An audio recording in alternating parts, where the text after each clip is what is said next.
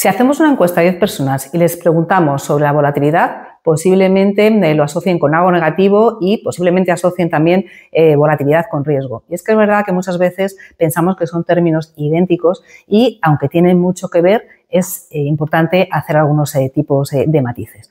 Si hablamos de un activo financiero, la volatilidad o la desviación estándar lo que hace es ver qué es lo que ha hecho este activo en el pasado, mira cuál es su rentabilidad media y luego observa cuánto se ha desviado con respecto a esa media. Obviamente, si las desviaciones son muy elevadas, entendemos que es un activo volátil y, por tanto, lo equiparamos, como decíamos antes, con un riesgo elevado.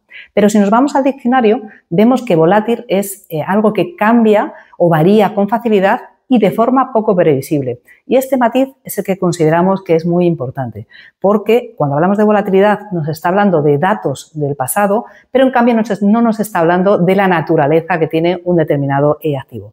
Vamos a poner un ejemplo. Vamos a coger una categoría de fondos de inversión, la renta fija de alta rentabilidad, es decir, el high yield, y lo observamos en distintos momentos de tiempo, en distintos contextos. ¿Qué es lo que ocurre? Que siendo el mismo activo con la misma naturaleza, es posible que veamos que su volatilidad es muy diferente en los distintos periodos de tiempo. Si precisamente estamos observando en un momento en el que los mercados están muy tranquilos y la volatilidad ha bajado, esto puede llevarnos a engaño respecto a la naturaleza del activo.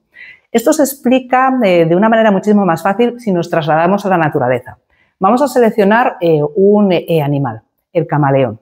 El camaleón, si nosotros lo observamos, pues muchas veces vemos que es un animal que se mueve poco y cuando lo hace de forma lenta, de forma pesada.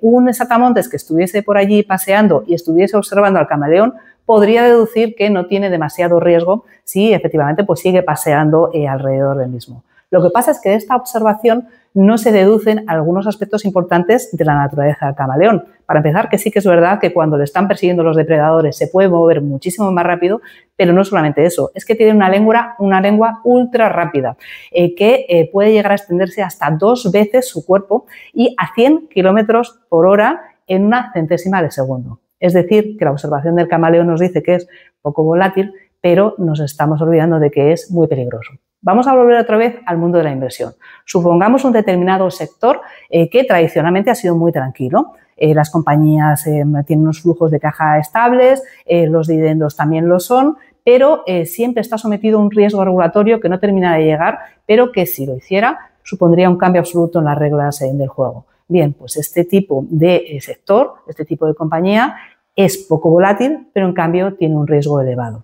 La conclusión es que cuando estamos contemplando un determinado activo es muy importante tener en cuenta cuál es la volatilidad, pero también es muy importante tener en cuenta cuál es su naturaleza, ver cuáles son los factores que pueden llegar a influir en su comportamiento y entender que lo más peligroso muchas veces es aquello que no hemos sabido o no hemos podido prever.